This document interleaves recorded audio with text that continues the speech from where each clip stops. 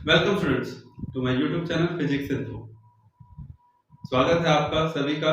और आज हम जो शुरुआत करेंगे वो कुछ कंपटीशन बेस्ड जो है शुरुआत करेंगे इलेक्ट्रोस्टैटिक्स के रिगार्डिंग। और इलेक्ट्रोस्टैटिक्स में भी हम लोग टॉपिक पढ़ेंगे इलेक्ट्रिक पोटेंशियल के रिगार्डिंग। हम लोग कुछ न्यूमेरिकल करेंगे जो जेई और नीट सेक्शन में आते हैं।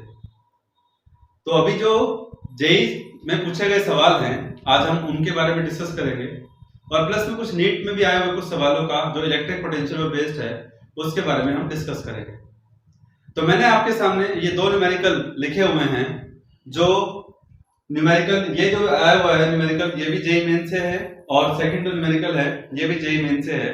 2018 में ये आया हुआ है और ये तकरीबन शायद 2013-14 में क्वेश्चन आया हुआ है। मेरा फोकस यही है आप लोगों को ये बताने का कि अगर आप थोड़ा सा अपने आप को कॉन्सेप्चुअल और अपना जो कंसेप्ट है, जो थ्योरी है, अगर आप उसको स्ट्रॉन्ग कर ले तो क्वेश्चंस मुश्किल नहीं है। कुछ भी जो बताया है उन्हीं में से जस्ट एक प्रैक्टिस की जरूरत यहां पर जरूर हम लोग करेंगे। तो स्टूडेंट्स फर्स्ट क्वेश्चन से शुरुआत करते हैं। फर्स्ट क्वेश्चन क्या है देखिए, इसमें कहा गया है कि potential at a point X are measured in micrometer. Please point to be noted, बात यहां माइक्रोमीटर की हो रही है। तो ड्यू टू सम चार्जेस जो सिचुएटेड है एक्स एक्सिस पर, चार्जेस क्या है नहीं पता, लेकिन कुछ चार्जेस है जो एक्स एक्सिस पर हैं, और एक्स एक्सिस पर उस चार्जेस की वजह से जो पोटेंशियल है that is Vx and which is equal to 20 by X square minus 4 volt. तो ये सवाल हमारे सामने है, सिचुएशन हमारे सामने है। और फिर ये कह रहा है कि इलेक्ट्रिक फील्ड निकालना है at X equal to 4 micrometre पे, at X equal to 4 micrometre के ऊपर हमें इलेक्ट्रिक फील्ड निकालना है। और ये चार ऑप्शन आपके सामने है, ठीक है। तो देखते हैं सबसे पहले कि ये क्वेश्चन कैसे होगा। देखिए बच्चों, सॉल्यूशन पे आइए।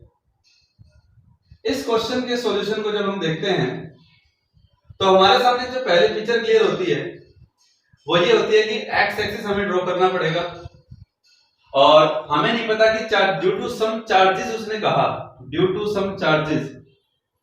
तो जो पोटेंशियल होगा किसी भी पॉइंट पे, सपोज कि चार्जेस का, बहुत सारे चार्जेस का जो रिजल्ट, जो बहुत सारे चार्जेस जो सिचुएटेड है, हम नहीं कह सकते कि एक है या दो है। तो due to some charge body या due to some charges X axis पर वेरिएबल डिस्टेंस ये है, जैसा कि जो पोटेंशियल जो दिया हुआ है that is Vx। Due to some charges हम कह सकते हैं कि बहुत सारे चार्जेस हैं, और ऐसे में जो चार्जेस का एक सिस्टम है उसको हमने, उसके ऊपर हमने टोटल चार्ज क्यों मान लिया है, ठीक है।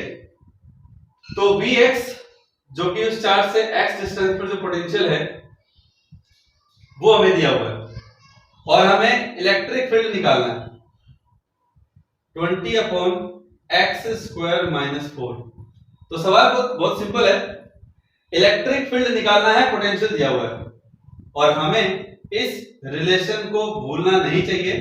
ये रिलेशन हमें याद होना चाहिए कि जब हमारे पास पोटेंशियल x यानी कि डिस्टेंस की वेरिएबल, जब डिस्टेंस वेरिएबल हो उसकी फॉर्म में अगर हमें पोटेंशियल दिया हुआ है, तब हमें इलेक्ट्रिक फील्ड इंटेंसिटी और इलेक्ट्रिक पोटेंशियल के इस रिलेशन के बारे में पता होना चाहिए, विच इज डिस्टेंस डिपेंडेंट। तो माइनस dv बाई dx, और माइनस d बाई dx यानी कि सीधा सीधा डिफरेंशिएशन यहां करना है, तो v की वैल्यू हमने यहां पे पुट की 20 divide by X square minus 4, ठीक है स्टूडेंट्स। नाउ हम जानते हैं कि 20 नंबर है, कांस्टेंट है, तो E इज इक्वल टू क्या आएगा, प्लीज ध्यान से देखें कि -20 नंबर बाहर आ जाएगा d by dx into X square minus 4 minus 1, क्योंकि डिनोमिनेटर है पार्ट में तो उसको ऊपर लेके गए -1। और ऐसे में अब हम डिफरेंशिएशन अगर ऐसा करते हैं तो एज पर रूल की पावर आगे तो 20 हो जाएगा, -1 है, -20 इंटू -1 प्लस 20, फिर पावर में से एक और माइनस आपको करना है, जैसा कि डिफरेंशिएशन का रूल हमें मालूम है, -1 इंटू -1 -2 हो जाएगा। फिर हमें जो ब्रैकेट में जो टर्म है मेन, उसका डिफरेंशिएशन करना है, तो वो हमारे पास आएगा 2x, ठीक है स्टूडेंट्स। तो ऐसे में जो इलेक्ट्रिक फील्ड अगर हमारे पास आ रहा है that is equal to 2x divided by 20, sorry 2x into 20 that is 40, yes 40x divided by x square minus 4 है यहाँ पे, x square minus 4 raise to power 2। ये क्वेश्चन में दिया हुआ, ये सिचुएशन हमारे पास यहाँ पे आगे सॉरी डिफरेंशिएशन करने के बाद। अब क्वेश्चन में कहा कि इलेक्ट्रिक फील्ड निकालना का है x इक्वल टू 4 माइक्रोमीटर पे निकालना है और आंसर वोल्ट पर माइक्रोमीटर में ही है, तो हम इसको माइक्रोमीटर में ही रहने देते हैं। तो लास्ट बट नॉट लीस्ट जो स्टेप यहां पर है वो क्या आएगा, देखिएगा कि E की वैल्यू कब x इक्वल टू 4 माइक्रोमीटर पर क्या होगी, that will be 40 multiply 4 divided by 4 square minus 4 whole square and that will be 16, 16 minus 4 is 12, 12 square is 144, तो 40 into 4 by 144 वोल्ट पर मीटर, और यहां से 4 3 जा 12, 4 6 जा 24, उसके बाद 4 9 जा 36 and 4 10 जा 40, तो 10 अपॉन में 9 वोल्ट पर माइक्रोमीटर। तो प्लीज ध्यान से समझिए, आई होप आपको क्वेश्चन समझ में आया होगा। क्वेश्चन बिल्कुल भी डिफिकल्ट नहीं था, सिर्फ पोटेंशियल ग्रेडियंट और इलेक्ट्रिक फील्ड जो है पोटेंशियल ग्रेडियंट की फॉर्म में होता है, वो रिलेशन हमें यहां मालूम होना चाहिए। तो दिस इज 10/9 वोल्ट पर माइक्रोमीटर, और जैसा कि इसका मैग्नीट्यूड प्लस आ रहा है, क्योंकि हम यहाँ पे माइनस लेके जो चलते हैं वो इसी फॉर्म में लेके चलते हैं, क्योंकि इलेक्ट्रिक फील्ड वैसे तो वेक्टर क्वांटिटी होती है, तो माइनस इस बात की तरफ इशारा करता है कि अगर आप फील्ड की दिशा में हैं, फील्ड की डायरेक्शन में अगर आप जा रहे हैं, तो आप डिक्रीजिंग पोटेंशियल को फॉलो कर रहे हैं। किसको फॉलो कर रहे हैं? डिक्रीजिंग पोटेंशियल को फॉलो कर रहे हैं। तो इसीलिए तो जो पोटेंशियल है, जो फील्ड है, दैट विल बी पॉजिटिव, तो हम कह सकते हैं प्लस एक्स, यानी कि पॉजिटिव एक्स डायरेक्शन, क्योंकि हमारा जो रिजल्ट जो आ रहा है that is positive plus 10/9 volt पर माइक्रोमीटर। तो ऐसे में ऑप्शन क्या होगा बच्चों? फर्स्ट। तो आई थिंक आपको समझ में आया होगा कि इलेक्ट्रिक पोटेंशियल पर जो बेस्ड क्वेश्चन है वो इस तरह क्वेश्चन आ सकते हैं, मैं पहले बता रहा हूं आपको, इसीलिए मैं आपको ये क्वेश्चन करवा रहा हूं। अब अगला question, I think first question समझ में आ गया आपको, बिल्कुल समझ में आ जाना चाहिए। अब नेक्स्ट क्वेश्चन क्या है, स्क्रीन को पॉज करके स्क्रीनशॉट ले लीजिएगा, ठीक है, और इसको नोट कर लीजिएगा। अब हम नेक्स्ट क्वेश्चन पर आते हैं, ठीक है स्टूडेंट्स। आई होप आपको समझ में आ रहा होगा, क्वेश्चन डिफिकल्ट बिल्कुल नहीं था, जस्ट एक डायरेक्ट रिलेशन जो था वो यहां इस्तेमाल हो रहा है। अब आइए सेकंड क्वेश्चन पे। सेकंड क्वेश्चन क्या है, ध्यान से सुनना है, समझना है, और माइंड में कुछ कंसेप्ट जो ध्यान में रख के चलने हैं वो मैं आपको बताता रहूंगा ये क्या क्या होंगे। देखिए, 3 कॉन्सेंट्रिक मेटल शेल, क्या कह रहा है? 3 कॉन्सेंट्रिक, कॉन्सेंट्रिक मतलब होता है कॉमन सेंटर, मेटल के शेल हैं, नाम है ए बी और सी, और रेडियाई है A B and C, small A B and C, है ना, स्मॉल ए बी सी, तीनों की रेडियस है। और ब्रैकेट में ये चीज मेंशन कर रखी है कि सबसे कम रेडियस है ए की, A less than B less than C, clear. सबसे बड़ा स्फीयर है सी, सबसे बड़ा शेल जो है सी है, और सरफेस चार्ज डेंसिटी जो तीनों की है वो प्लस सिग्मा, माइनस सिग्मा और प्लस सिग्मा, यानी कि इन तीनों मेटालिक शेल्स की सरफेस चार्ज डेंसिटी भी हमारे पास है। तो पहले इस सिचुएशन के मुताबिक हम लोग एक डायग्राम तैयार करते हैं। आइए, सबसे पहले फर्स्ट मेटल शेल, फिर सेकंड, और फिर थर्ड। क्लियर है बच्चों? यस। अब first metallic shell, radius A और नाम भी A, density plus sigma, clear. फिर उसके बाद सेकंड स्फीयर, रेडियस बी, नाम कैपिटल बी, और डेंसिटी माइनस सिग्मा। फिर उसके बाद third sphere, radius C, small C, नाम C, capital C, and again surface charge density plus sigma. ये इस सिचुएशन के हिसाब से हमने एक डायग्राम तैयार कर दिया। तीनों मेटालिक शेल है। अब बारी आती है क्वेश्चन की, the potential of shall be, the potential of shall be, यानी कि इन तीनों में जो शेल बी है उसका हमें पोटेंशियल निकालना है। क्या निकालना है? पोटेंशियल। तो बिल्कुल अपने माइंड को रिफ्रेश करते हुए, फर्स्ट क्वेश्चन के बाद अपने दिमाग को सेकंड क्वेश्चन पर लाते हुए आप लोग मेरी बात को ध्यान से सुनिए। मैं पहले आपको बता दूं, और आपको पता भी होना चाहिए कि इलेक्ट्रिक पोटेंशियल एक स्केलर क्वांटिटी होती है, इसमें कोई दो राय नहीं है। नंबर एक। नंबर दो, ये मेटल के शेल्स हैं और आप अच्छे से जानते हैं कि किसी भी मेटालिक शेल के यानी कि कंडक्टर के अंदर इलेक्ट्रिक फील्ड जीरो होता है, इलेक्ट्रिक पोटेंशियल जीरो नहीं होता, इलेक्ट्रिक पोटेंशियल कांस्टेंट होता है। कांस्टेंट किसके? कैसे कांस्टेंट? यानी कि जो पोटेंशियल उसके सरफेस पर होता है, जो पोटेंशियल उस मेटल के सरफेस पर होता है वही पोटेंशियल उसके अंदर भी होता है। क्लियर? मेटल के शेल के अंदर, क्लियर, उसके अंदर इलेक्ट्रिक फील्ड जीरो होता है। तो ये बात होता है कि सब जीरो होने का तो सवाल है ही नहीं, पोटेंशियल के जीरो होने का तो सवाल है ही नहीं। और पहली बात, ऑप्शन में भी जीरो नहीं है।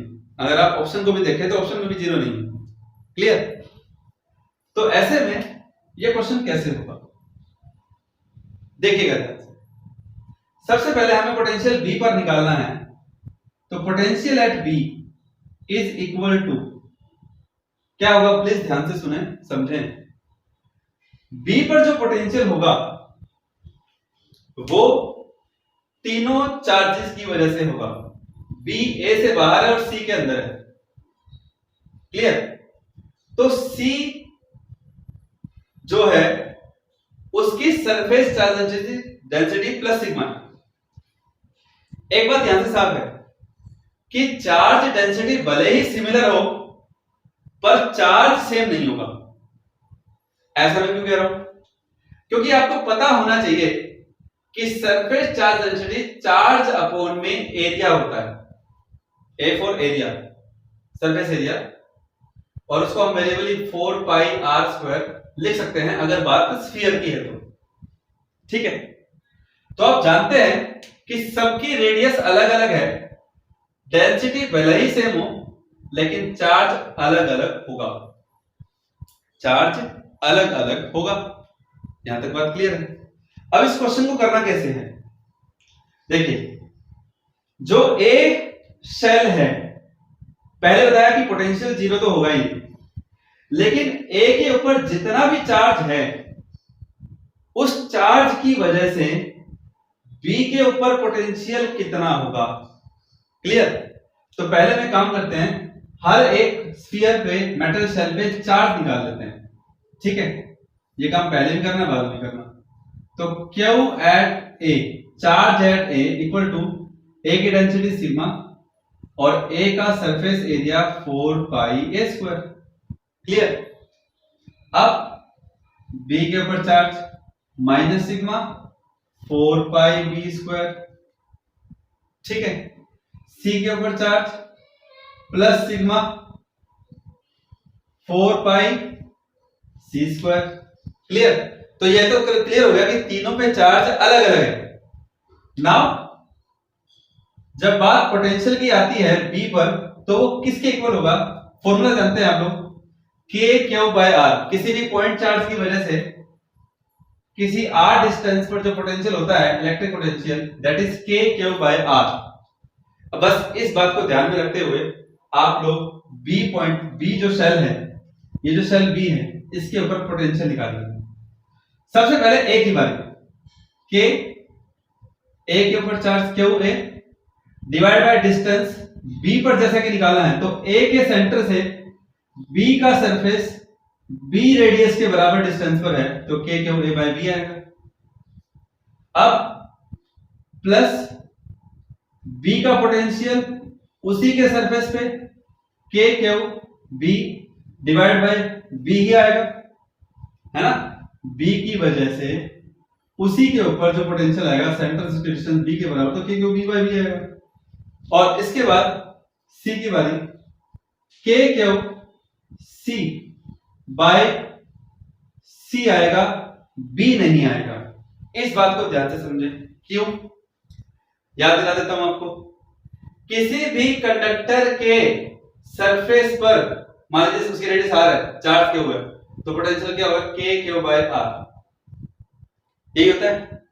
तो उस कंडक्टर के अंदर अगर आप कोई भी पॉइंट लेते हैं, सरफेस से पोटेंशियल तो है ही, लेकिन अगर आप अंदर कोई पॉइंट लेते हैं और उसके ऊपर पोटेंशियल की बात आती है तो वो भी k क्यू बाय r ही आएगा। क्यों?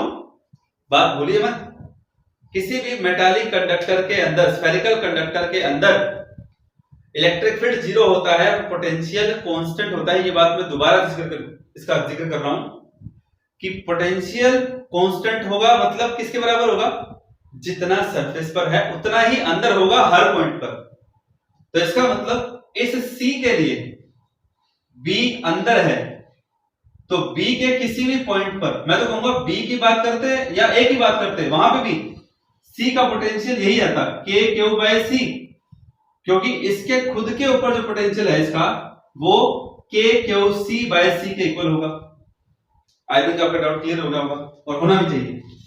अब हम इन तीनों की वैल्यू को, जिसको हमने 1 नाम दिया, यहां यूज करते हैं बाय 1।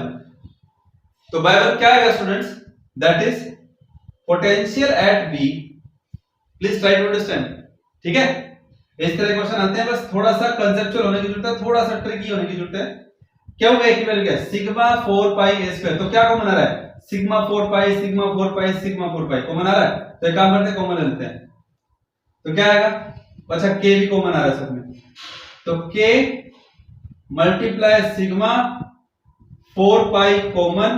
अब अंदर क्या बचा देखो, क्या हुआ, सिग्मा 4 पाई था, a स्क्वायर बचा अपॉन में b, प्लस क्यू भी कितना था, माइनस सिग्मा 4 पाई। सिग्मा 4 पाई तो बाहर ले चुके हैं, b स्क्वायर, लेकिन वो कैसा, माइनस का, डिवाइड बाय b। अब k क्यू बाय c में क्यू सी कितना है, सिग्मा 4 पाई बाहर ले चुके, c स्क्वायर अंदर रहेगा, plus c square by c।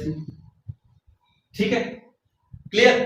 अब k क्या होता है, 1/4 पाई एप्सिलॉन नॉट। तो क्या आएगा, ध्यान से देखो क्या आएगा यहां पे, 1/, दिखाई दे रहा है, 1/4 pi epsilon not, 4 pi epsilon not into sigma into 4 पाई, और ब्रैकेट में b तो दोनों में LCM same, a square minus b square, और एक सी से एक सी कैंसिल, तो कितना आ गया, a square minus b square plus upon में b प्लस में c। क्लियर, और 4 पाई से 4 पाई कैंसिल, तो लास्ट में जो रिजल्ट आया वो कितना आया, लास्ट में जो रिजल्ट आया वो कितना आया, that is v at b is equal to sigma by epsilon not, उसके बाद a square minus b square divide by b plus c। So this is the potential at b। Shell b पर total potential हमने निकाल दिया है। So take the screenshot, pause the screen and note down. I think आपको इसमें कोई doubt नहीं लगा होगा, जो कंसेप्ट हैं वो आपको क्लियर हो गए होंगे। यस, अब हम नेक्स्ट क्वेश्चन पर आते हैं। नेक्स्ट क्वेश्चन हमारा नीट सेक्शन के रिगार्डिंग है। क्लियर?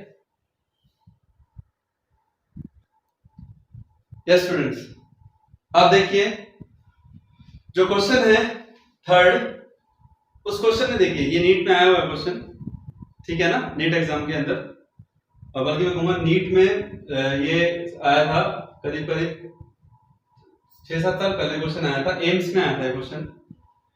तो क्वेश्चन क्या है देखिए, एक पार्टिकल का मास 5 ग्राम है और उसका चार्ज है Q dash 2 × 10⁻⁹ coulomb, starts from rest at point A.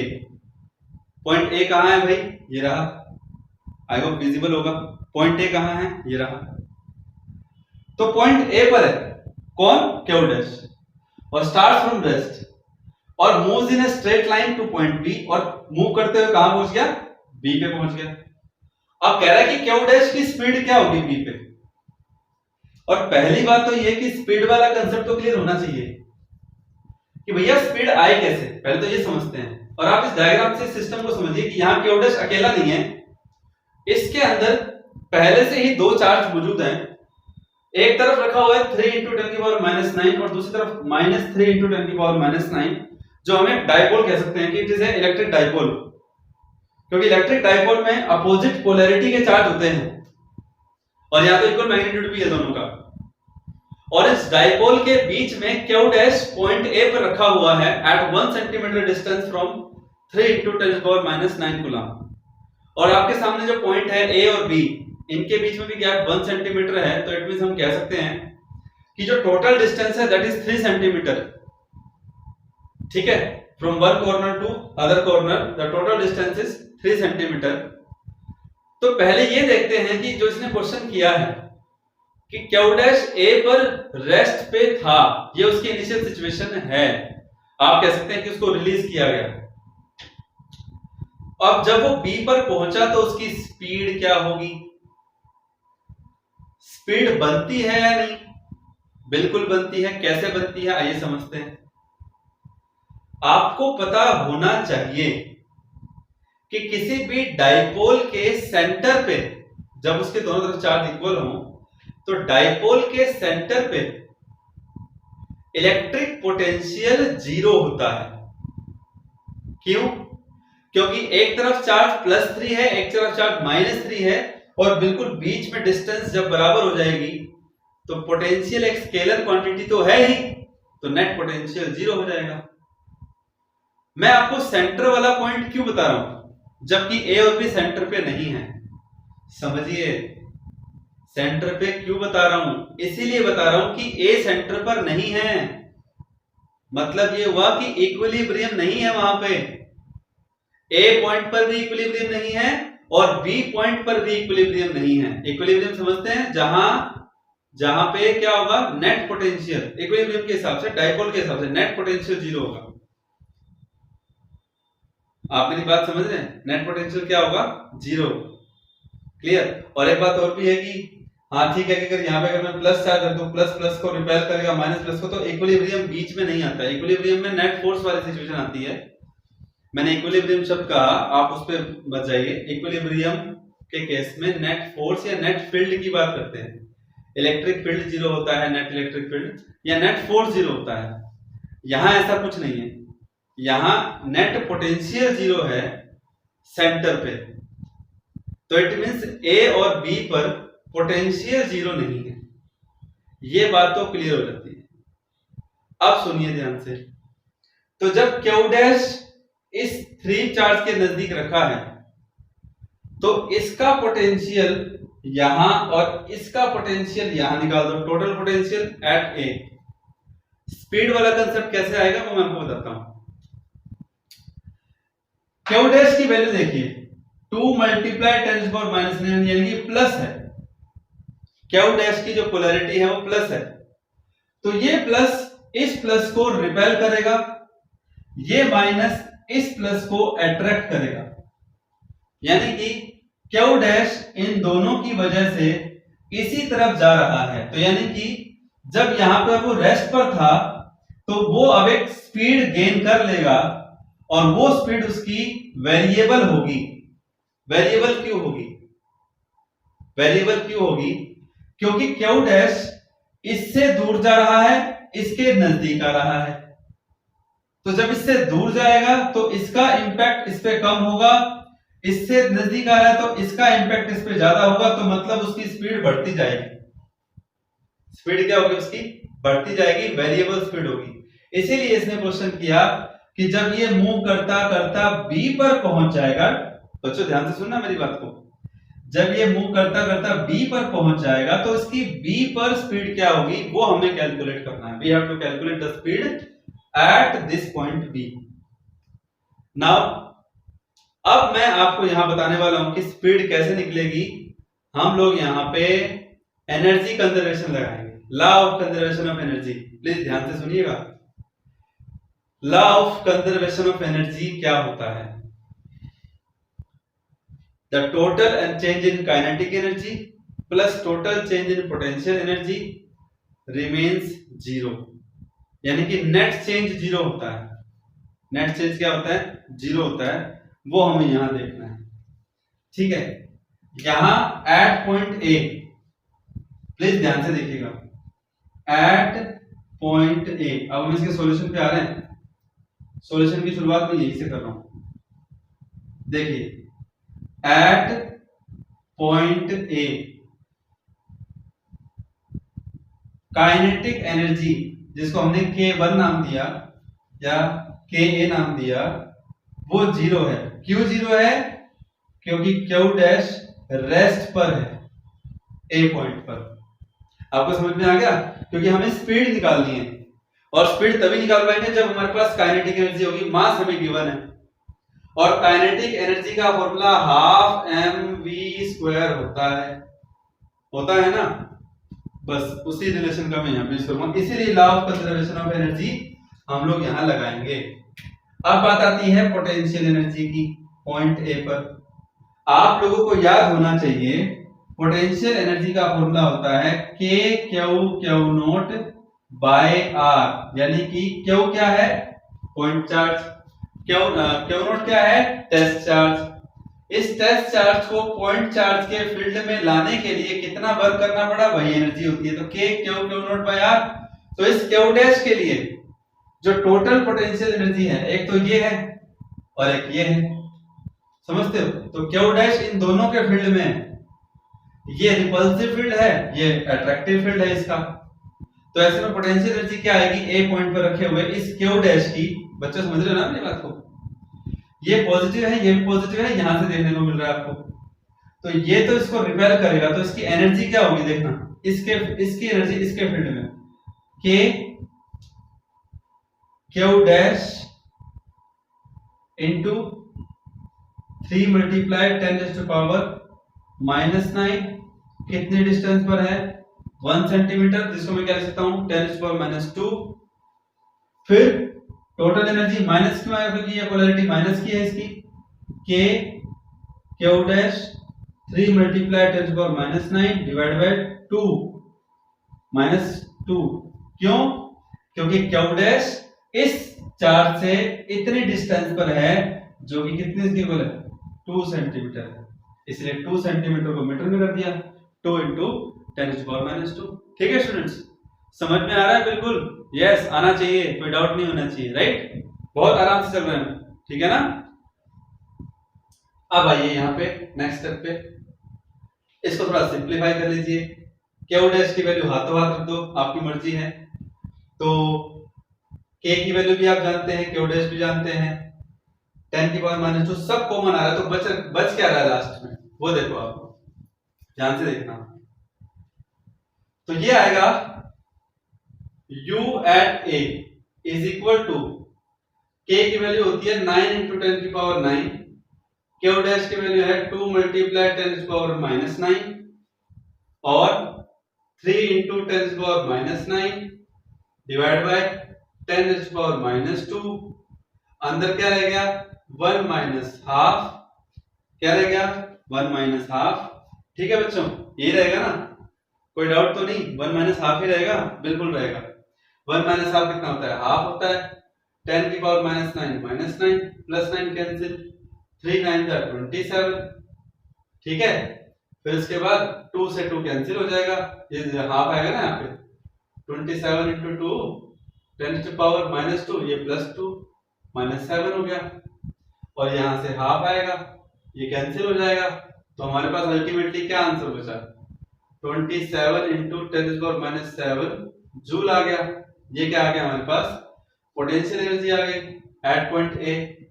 Similarly अब आइए बी पर काइनेटिक एनर्जी कितनी होगी, हाफ एम वी स्क्वायर।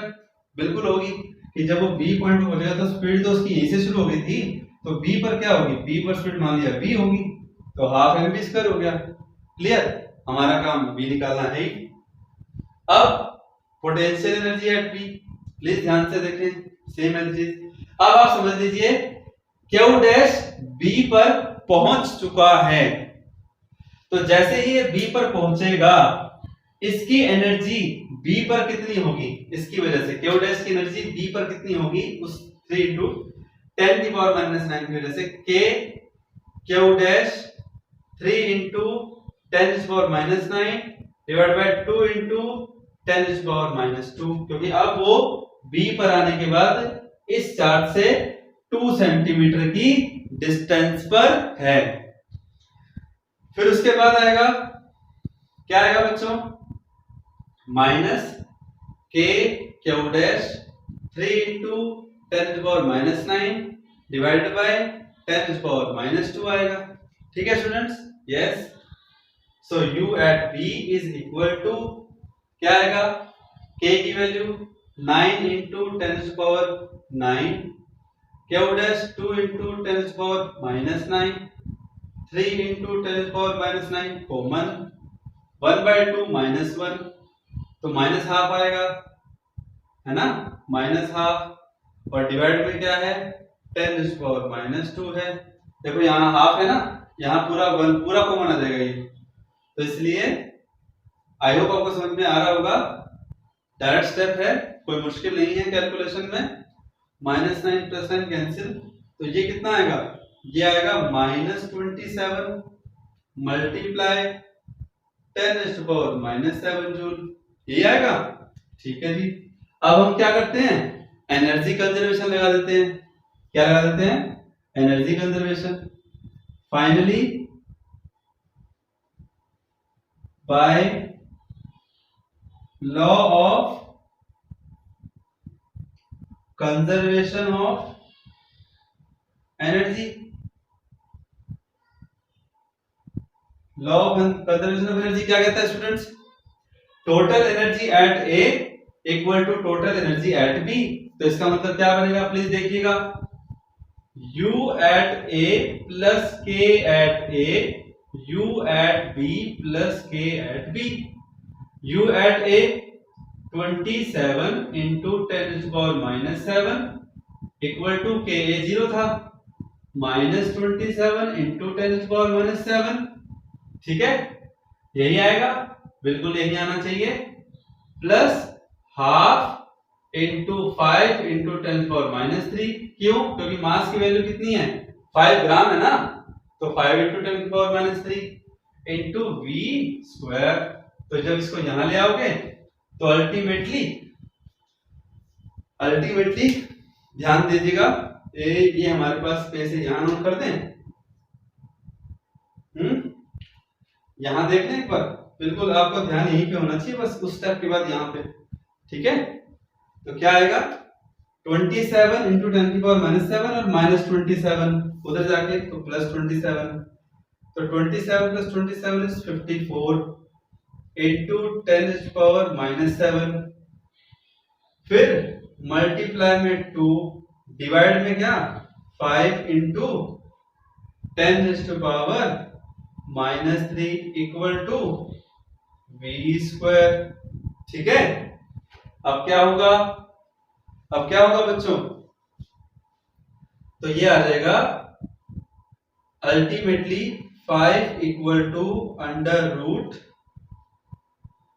ये आ जाएगा 554 into 2 कितना होता है 108, 108 डिवाइड बाय 5 कितना होगा, 10 की पावर तो -4 आ जाएगी, और 108 डिवाइड बाय 5 कितना होता है, 5 2 जा 10, 5 1 जा 5, 5 6 जा 30, 21.6। तो जब आप इसको सॉल्व करेंगे तो इसका आंसर जो आएगा वो आएगा 4.65 मल्टीप्लाइड 10 की पावर -2 मीटर पर सेकंड। ठीक है, क्या आएगा 4.65 मल्टीप्लाई 10⁻⁻2 मीटर पर सेकंड, और यही इसका आंसर है। ठीक है, तो प्लीज अपनी जो कमांड है उसको थोड़ा स्ट्रॉन्ग कीजिए, क्वेश्चन को समझिएगा। सिंपल क्वेश्चन था, law of conservation of energy. मेरे ख्याल से कोई डाउट नहीं होना चाहिए बच्चों। Law of conservation of energy का कंसेप्ट यहाँ लगेगा, क्योंकि इसने हमसे एनर्जी ही पूछा है। तो जब आप एनर्जी लगाते तो आपको हिंट कहीं ना कहीं से मिल रहा है कि हमें एनर्जी की टर्म्स में ही बात करनी यहाँ पे पड़ेगी। So that's why total energy at A equal to total energy at B. ठीक है, so this is the question जो अभी हमने डिस्कस किया है। तो स्क्रीन को पॉज कर लीजिएगा, ठीक है, और उस क्वेश्चन को नोट कर लीजिएगा। यस स्टूडेंट्स, अब आइए नेक्स्ट क्वेश्चन पे। क्या पूछा गया है इसमें? बहुत सिंपल क्वेश्चन है। मानिएगा, यकीन मानिएगा कि जब मेरे स्टूडेंट्स से बात होती है, जब मैं उन्हें ये क्वेश्चन करवाता हूं, तो अक्सर बच्चे इस आसान से क्वेश्चन में गलती कर बैठते हैं। और वो गलती क्या है वो आपको थोड़ा सा यहाँ पर, अब आपको गलती नहीं करनी, इस बात का मतलब ध्यान रखिए। मेरा कहने का मतलब ये है, क्वेश्चन सिंपल है, एम्स में आया हुआ क्वेश्चन है, देखिए। तो है मुश्किल है क्या इस तरह के सवाल अगर आ जाए तो? फिर in which of the following is potential energy of a dipole is maximum? Potential energy of a dipole is maximum, इनमें से किस में से ऐसा होगा? तो ए बी सी डी चार ऑप्शन आपके सामने हैं, -q, +q, electric field direction, ये electric field direction, electric field direction, मतलब डाइपोल की डायरेक्शन देख रहे हो आप। अच्छा, डाइपोल की डायरेक्शन क्या होती है? माइनस से प्लस होती है। तो अब इस क्वेश्चन के सॉल्यूशन के हिसाब से मैं यहां पे डाइपोल की डायरेक्शन शो कर देता हूं, माइनस से प्लस, ये कौन हुआ? डाइपोल।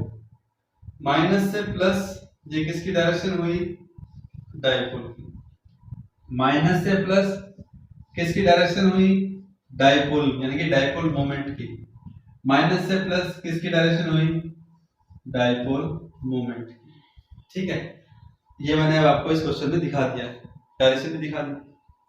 अब potential energy of a dipole की बात यहां पर हो रही है। तो बच्चों, यू शुड रिमेंबर कि potential energy of any dipole, electric dipole in a uniform electric field is nothing but -p.e and which is equal to -pe cos theta. ठीक है, और थीटा क्या है? p डाइपोल मोमेंट और e electric field के बीच का angle है। Electric dipole moment और इलेक्ट्रिक फील्ड इंटेंसिटी के बीच की जो एंगल है वो ये थीटा है। अब पोटेंशियल एनर्जी मैक्सिमम कब होती है? जब पोटेंशियल एनर्जी पॉजिटिव होती है। मिनिमम कब होती है? जब पोटेंशियल एनर्जी नेगेटिव होती है। बात समझ में आ गई? और पॉजिटिव पोटेंशियल एनर्जी जब होती है उस समय डाइपोल अनस्टेबल होता है। अनस्टेबल मतलब स्थिर नहीं रहता, थर्रा जाता है। और सबसे ज्यादा स्टेबिलिटी कब उसकी स्ट्रॉन्ग होती है? जब पोटेंशियल एनर्जी मिनिमम यानी कि नेगेटिव होती है। और जब पोटेंशियल एनर्जी जीरो होती है ना, तो उस केस में वो न्यूट्रल सिचुएशन में होता है, कुछ इंपैक्ट नहीं, जैसा था वैसा ही रहता है। समझ में आ गया?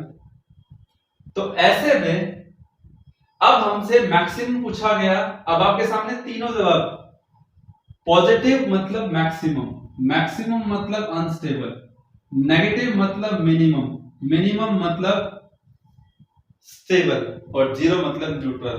तो बच्चों बताइए, यस, क्या पूछा गया है? मैक्सिमम पूछा गया है। मैक्सिमम के केस में अनस्टेबल रहता है। अनस्टेबल का मतलब जब डायरेक्शन क्या हो। और मैक्सिमम कब होता है? मैक्सिमम जब होता है जब थीटा जीरो हो या 180 हो। देखो अब रिजल्ट पे आओ, साथ साथ यहां से क्लियर हो रहा है बेसिक फॉर्मूले से। जब थीटा की वैल्यू 180 होती है ना, cos 180 -1 होता है, माइनस माइनस प्लस हो जाता है, प्लस पीई। कब? जब थीटा 180 होता है। मिनिमम कब होता है? जब नेगेटिव, और मैक्सिमम वैल्यू नेगेटिव में कब आएगी? जब माइनस पीई। कब होगा? जब थीटा 0 होगा। और जब थीटा 90 होगा तब पोटेंशियल एनर्जी 0 हो जाएगी। ठीक है, कब? जब थीटा 90 होगा। लेकिन यहां पे 0 की बात नहीं आ रही, यहां मैक्सिमम की बात आ रही है। तो मैक्सिमम के केस में थीटा 180 होता है, और 180 होने का मतलब है, 180 होने का मतलब है डाइपोल का और इलेक्ट्रिक फील्ड का एंटी पैरेलल होना। एंटी पैरेलल मतलब अगर ये डाइपोल है तो ये फील्ड है। अब इस सिचुएशन पे आइए, कौन ऐसा शो कर रहा है यहाँ पे जो दोनों एक दूसरे के अपोजिट हो? बताइए, एंटी पैरेलल होता है तभी पोटेंशियल एनर्जी मैक्सिमम होती है ना। तो बताइए ऐसे में कहां डायरेक्शन अपोजिट है? बताइए, ये दोनों सेम डायरेक्शन में और ये अपोजिट डायरेक्शन में। तो जवाब मिल गया होगा बच्चों आपको कि maximum potential energy first case में है। तो आंसर क्या है इसका? आंसर है ए। क्लियर? आंसर क्या है? ए। तो this is the maximum potential energy of an electric dipole in this situation when both are anti-parallel to each other. Electric field intensity and dipole moment both are anti-parallel. उस case में maximum. देखिए result याद रखना बहुत जरूरी है, बिना result के बाद नहीं बनेगी। फॉर्मूला याद होना चाहिए, थीटा 180 पे वो नेगेटिव प्लस ई पी होगा, मैक्सिमम होगा। Clear students? So this is the question that has come into the NEET exam. Clear? AIIMS में आ चुका है क्वेश्चन। स्क्रीन को पॉज कीजिए और इसको नोट कीजिए। यस स्टूडेंट्स, अब नेक्स्ट क्वेश्चन पे आइए। ये क्वेश्चन एम्स में 2017 में आया था, और स्टेटमेंट भले ही आपको दिखने में बड़ी लग रही हो, पहली बात तो मैं बोर्ड पे भी लिख रहा हूं, दूसरी बात इतनी बड़ी स्टोरी है बस ये, और कुछ नहीं है। स्टोरी में एक छोटा सा कंसेप्ट लगेगा, और स्टेटमेंट देख करके घबराना, ये सोचना भी गलत है कि स्टेटमेंट बड़ी है। ऐसे ही होता है थ्योरेटिकल क्वेश्चन, ऐसा कई बार तो ऐसा होता है कि स्टेटमेंट बड़ी होती है, देख करके क्वेश्चन जो है गो थ्रू हुआ, उसी में मतलब जो है बच्चे जो है मेंटली जो है थोड़ा सा क्या डिफेंडेड हो जाते हैं, नहीं ठीक है नेक्स्ट क्वेश्चन पे बढ़ते हैं। तो लेकिन कम से कम उसको पढ़ लेना चाहिए। ये मैं ऐसा बता रहा हूं, वैसा होता भी है। तो ये क्वेश्चन जो है, इस क्वेश्चन को ध्यान से समझिए आप, हालांकि थोड़ा सा ट्रिकी है क्वेश्चन ये। एक लार्ज सॉलिड स्फीयर है, फर्स्ट लाइन पढ़िए, a large solid sphere with uniformly distributed positive charge, यानी कि उस सॉलिड स्फीयर में पॉजिटिव चार्ज डिस्ट्रीब्यूटेड है थ्रू आउट इट्स वॉल्यूम। और अच्छा एक बात और, सॉलिड स्फीयर है, होलो नहीं है। सॉलिड स्फीयर में अगर चार्ज है तो वो through out the volume distribute होता है, भैया ध्यान रखना इस बात का। Has a smooth narrow tunnel, tunnel मतलब जैसे सुरंग होती है ना, इस तरह से। चलिए डायग्राम बनाते हैं, थोड़ा सा क्लियर हो जाएगा। देखिएगा, पहले क्वेश्चन क्या पूछा, बात की बात है, लेकिन पहले डायग्राम के हिसाब से चले तो सही। देखिए सॉल्यूशन पे आते हैं, ये डायग्राम आपके सामने है, ठीक है। यस, इस डायग्राम में लार्ज सॉलिड स्फीयर है और एक टनल है थ्रू इट्स सेंटर, यानी कि आप एक काम कर सकते हैं कि ये सेंटर हो गया, और सेंटर से अगर हम नैरो टनल दिखाएं तो ए यहां से और एक लाइन आप यहां से ड्रॉ कर दो, तो आप कह सकते हो कि हाँ ये टनल है, मतलब ये होल हो गया। यहाँ पे देखो एक तरीके से यहां से एक टनल गुजर रही है, ठीक है, जो स्फीयर के सेंटर में है ना, स्फीयर के सेंटर से। बात समझ में आ गई? जैसे उस तरह से जैसे अर्थ में बोरिंग नहीं करते क्या, बोरिंग करते हैं, तो बोरिंग मतलब वो एक नैरो होल ही तो होता है पूरा सिलेंड्रिकल शेप में, तो वो भी एक टनल ही तो हुआ। तो ये टनल है, और थ्रू इट्स सेंटर, तो एक स्मॉल पार्टिकल है। अच्छा, कई बच्चे सोच रहे होंगे कि अर्थ की बात है, अर्थ नहीं है सॉलिड स्फीयर, तो ग्रेविटी वाला कंसेप्ट समझना ही मत, यहाँ पे ग्रेविटी का इफेक्ट यहाँ नेगलेक्ट है। तो एक स्मॉल पार्टिकल है जिसका नेगेटिव चार्ज है, ठीक है, मतलब चार्ज कितना उसकी बात तो हो ही नहीं, बस पोलैरिटी है। इस सॉलिड स्फीयर के ऊपर जो चार्ज है अपनी तरफ से मान लिया हमने कि प्लस क्यू है। अब जो चार्ज आ रहा है वो नेगेटिव है, विद नेगेटिव चार्ज, देख रहे हो आप, with negative charge. Initially at rest, far मतलब दूर, किससे, स्फीयर से। अप्रोच मतलब नजदीक आ रहा है। Along the line of tunnel, यानी कि टनल की दिशा के अलोंग आ रहा है, मतलब ऐसे आ रहा है कि वो टनल में एंट्री हो जाए उसकी, इस तरीके से आ रहा है वो। रिचेस इट्स सरफेस, यानी कि अब वो जो चार्ज पार्टिकल है, मान लीजिए उस चार्ज को मैंने नाम दे दिया माइनस क्यू, वो यहां से इस तरफ आ रहा है ऐसे। अब जब वो आ रहा है यहां, तो वो रेस्ट पे था, रेस्ट पे है, तो इसका मतलब वेलोसिटी जीरो है उसकी, यहां तो वेलोसिटी जीरो है, रेस्ट पे वो। लेकिन जब वो यहां आ रहा है टनल के थ्रू, तो सरफेस से वो पर जब वो पहुंचा, reaches its surface with speed v, तो यानी कि जैसे ही वो सरफेस पे पहुंचा, कौन, माइनस क्यू, तब उसकी जो स्पीड थी वो v थी, तब स्पीड क्या थी, v थी। तो अब ये कह रहा है and passes through the tunnel, अब वो टनल के अंदर भी जा रहा है, तो इसकी speed at the centre of the sphere, sphere का सेंटर जो ये है ना ओ, यहां जब ये माइनस क्यू पहुंचेगा तो उसकी स्पीड, जिसको हमने v डैश नाम दे दिया, वो कितनी होगी, मतलब हमें अल्टीमेटली मैंने इसको v डैश नाम दे दिया, तो वो हमें v डैश निकालना है कि सेंटर पे जब वो पहुंचेगा माइनस क्यू चार्ज, तो उसकी स्पीड कितनी होगी। आई थिंक आपको, देखिए सबसे जरूरी ये होता है कि क्वेश्चन कहना क्या चाह रहा है, क्वेश्चन कहना क्या चाह रहा है उसके मीनिंग को समझना बहुत जरूरी है। तो एज पर डिटेल मैंने डायग्राम बना दिया, बहुत दूर रखा हुआ चार्ज था, रेस्ट पर था, ठीक है, रेस्ट पर था, तो इस वजह से क्या नाम है कि उसके ऊपर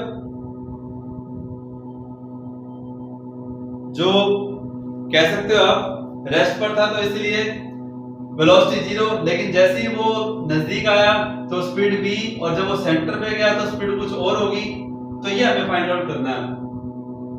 अच्छा, पहली बात तो ये कि वो माइनस का है और सॉलिड स्फीयर के ऊपर पॉजिटिव चार्ज है, नंबर एक बात सुन लेना ध्यान से। बात ये स्पीड की कर रहा है, और लास्ट वाले क्वेश्चन में भी जब दोनों तरफ चार्ज रखे हुए थे और बीच में चार्ज था एक क्यू डैश, उसकी भी जब स्पीड निकालनी थी तो वहां से हिंट मिल रहा था कि law of conservation of energy लगाएंगे, वहां लगाया था ना वहां पे, तो सेम चीज मैं यहां पे करूंगा। हम यहां पे law of conservation of energy का इस्तेमाल करेंगे, ठीक है, क्योंकि हमें सरफेस पे तो उस चार्ज पार्टिकल की स्पीड मालूम ही है कितनी है, दैट इज v। अब हमें उस चार्ज पार्टिकल की स्पीड सेंटर पे और निकालनी है, क्योंकि वो टनल से पास हो रहा है, होल है तो एंट्री कर सकते हैं, वो बिल्कुल उसकी एंट्री जायज हो जाएगी एंट्री, तो सेंटर पे उसकी स्पीड बतानी है अपने को कितनी होगी, ठीक है स्टूडेंट्स। तो उसके लिए क्या करना है, इनफिनिटी, जब वो रेस्ट पर था तो हम कह सकते हैं एट फार, मतलब वो इनफिनिटी पर होगा ना, तो इनफिनिटी से सरफेस पर लाने के लिए किया गया वर्क डन, इनफिनिटी से सरफेस पर लाने के लिए किया गया वर्क डन पोटेंशियल एनर्जी कहलाता है कि नहीं कहलाता। तो हम एक काम करते हैं, सरफेस के ऊपर जो पॉइंट है जब वो आया सरफेस पर, तो हम वहां पॉइंट ए मान लेते हैं, प्लीज ध्यान से सुनिएगा। पॉइंट ए कहां पर है, on the surface, on the surface है, ठीक है। अब ये ऑन द सरफेस अगर है तो इसके ऊपर पोटेंशियल एनर्जी कितनी है, U at A, U at A, please ध्यान से देखिएगा, पोटेंशियल एनर्जी कितनी है, तो वो है भैया U at A equal to minus K Q capital Q by capital R, क्योंकि हमने मान लिया कि जो रेडियस है स्फीयर की वो R है, कैपिटल R है, ठीक है। अपनी तरफ से ये दिखा देते हैं, R रेडियस है, रेडियस तो होगी भैया कुछ, तो सरफेस में जो उसकी पोटेंशियल एनर्जी होगी किसकी, स्फीयर की, वो इतनी होगी माइनस के क्यों आया, क्योंकि उसका जो पोटेंशियल होता है हमें पता है ना, पोटेंशियल कितना होता है, क्योंकि बर्डन का फॉर्मूला क्या होता है, बर्डन का फॉर्मूला होता है potential at the surface multiply में आप किस चार्ज को लेके आ रहे हो, माइनस क्यू। तो ऐसे में ये आ जाएगा minus K Q small Q by R, ये हो गया, क्योंकि ए पर पोटेंशियल कितना, K Q by capital R, और माइनस क्यू लेके आ रहे हैं।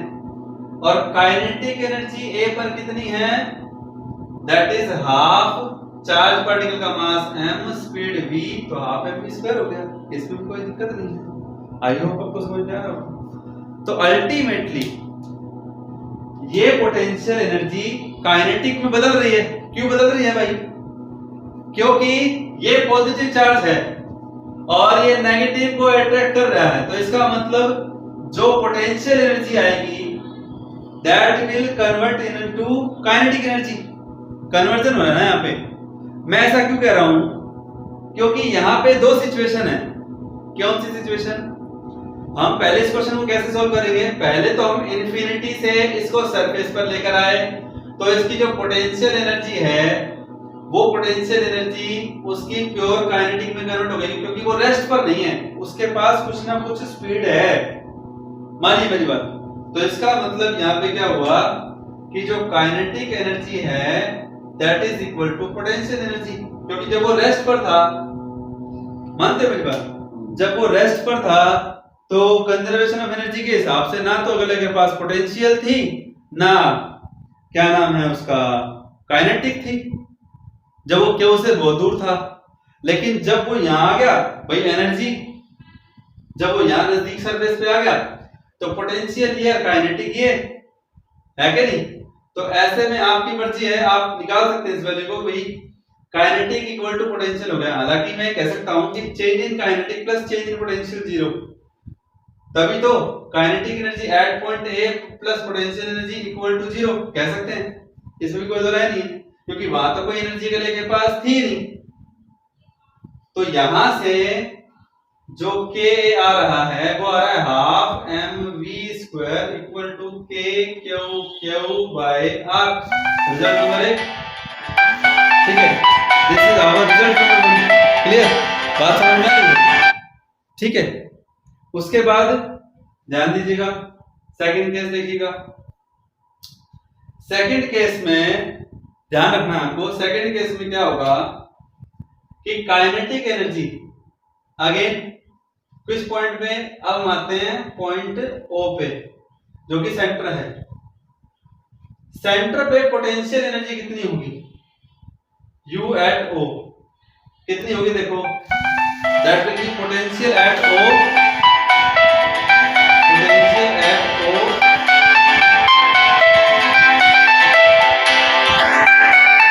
Sorry for interruption actually. तो जो यहाँ पे पोटेंशियल जो पॉइंट O है, यहाँ पे जो पोटेंशियल एनर्जी होगी that will be potential at point O multiply minus Q, ठीक है बच्चों।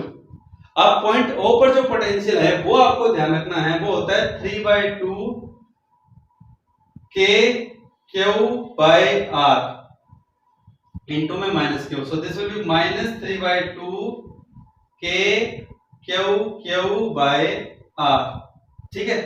तो बच्चों ये था। अच्छा ये कैसे आया आपको पता होना चाहिए, ये सॉलिड स्फीयर है, सॉलिड स्फीयर के अंदर फील्ड 0 नहीं होता है, क्लियर, क्योंकि सॉलिड स्फीयर का जो फील्ड हम लोगों ने जो निकाला था चार्ज स्फीयर का, उसका जो इलेक्ट्रिक फील्ड था आपको याद हो रो r/3 एप्सिलॉन नॉट, वहां से और फिर E equal to minus dv/dr, इस रिलेशन का इस्तेमाल करके जो V निकला है at the centre of the sphere that is 3/2 k q by r, capital R। तो इसलिए यहाँ पे कई बच्चों को लगा होगा कि डायरेक्ट है, ये डायरेक्ट बिल्कुल नहीं है, पोटेंशियल डायरेक्ट है, लेकिन ये आया कहां से वो भी मैंने आपको बता दिया है, ठीक है बच्चों। और kinetic energy at O that is also half mv dash square, ठीक है। तो सेम ऐसी चीज यहाँ पे हम निकाल सकते हैं कि भैया जब फार पॉइंट था, फार पॉइंट पे जो था क्या नाम है पोटेंशियल और काइनेटिक दोनों 0 थे, फिर उसके बाद यहां पर आ गए, इस स्टेप पे देखिए, अब यहां देखिए, अब यहां देखिए, अब हम क्या कर रहे हैं, same as it is, kinetic energy at O plus potential energy at O equal to infinity पर 0 होता है। तो यहां से काइनेटिक एनर्जी आ गई half mv dash square equal to minus of u, और माइनस कितना था, minus minus plus 3/2 k q by r। तो ये रिलेशन हमारे पास सेकंड हो गया, ठीक है। तो अल्टीमेटली बच्चों ये पॉइंट O है, ये पॉइंट A है, ये पॉइंट O है। A पर हमारे पास ये रिलेशन है और सेंटर के ऊपर हमारे पास ये रिलेशन है। अब हम एक काम करते हैं, अब हम दोनों को डिवाइड कर देते हैं, दोनों को डिवाइड कर देते हैं, ठीक है। तो प्लीज ध्यान से देखिएगा, जैसे ही दोनों को डिवाइड करेंगे 1 डिवाइड बाय 2 या 2 डिवाइड बाय 1, तो क्या आएगा, प्लीज ध्यान से देखें, half mv dash square half mv square is equal to 3/2 k q by r divided by k q by r, cancel हो जाएगा, हाफ m से half m cancel, v dash square equal to 3/2 v square और v dash equal to 1.5 times of v। तो option क्या है, option fourth है, ठीक है स्टूडेंट्स।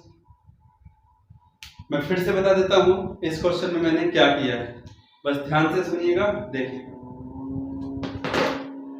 बच्चों। इस क्वेश्चन में रेस्ट पर जब चार्ज था तो काइनेटिक पोटेंशियल दोनों 0, जब वो सरफेस पर आया तब उसके पास काइनेटिक और पोटेंशियल दोनों थे।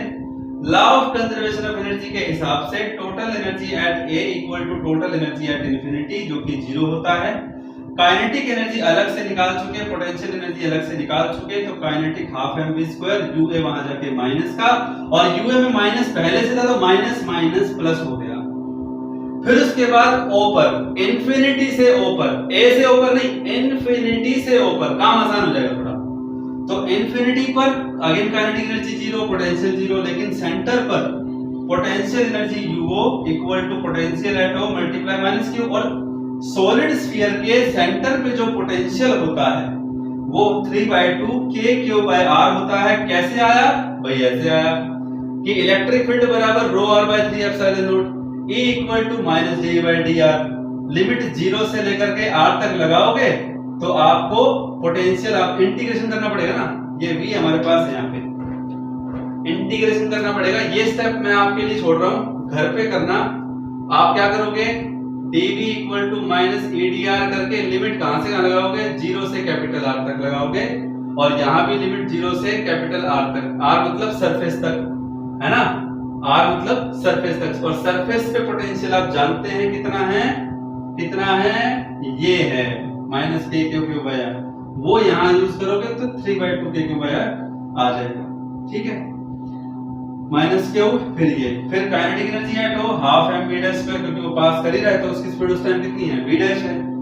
Now again total energy at O equal to total energy at infinity, जो कि 0 होता है, प्लस UO माइनस U हो जाएगा, U में माइनस पहले से है, माइनस माइनस प्लस हो जाएगा, 3/2 k क्यू बाय r आ जाएगा। ये रिजल्ट सेकंड आ गया।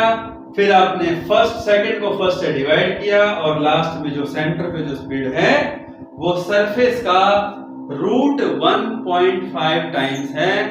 ये क्वेश्चन एम्स 2017 में आया था, ट्रिकी जरूर है लेकिन कंसेप्ट हमें क्लियर हो गया है कि यहाँ पर law of conservation of energy ही लगेगा जो हम लोगों ने कैलकुलेट किया, ठीक है बच्चों।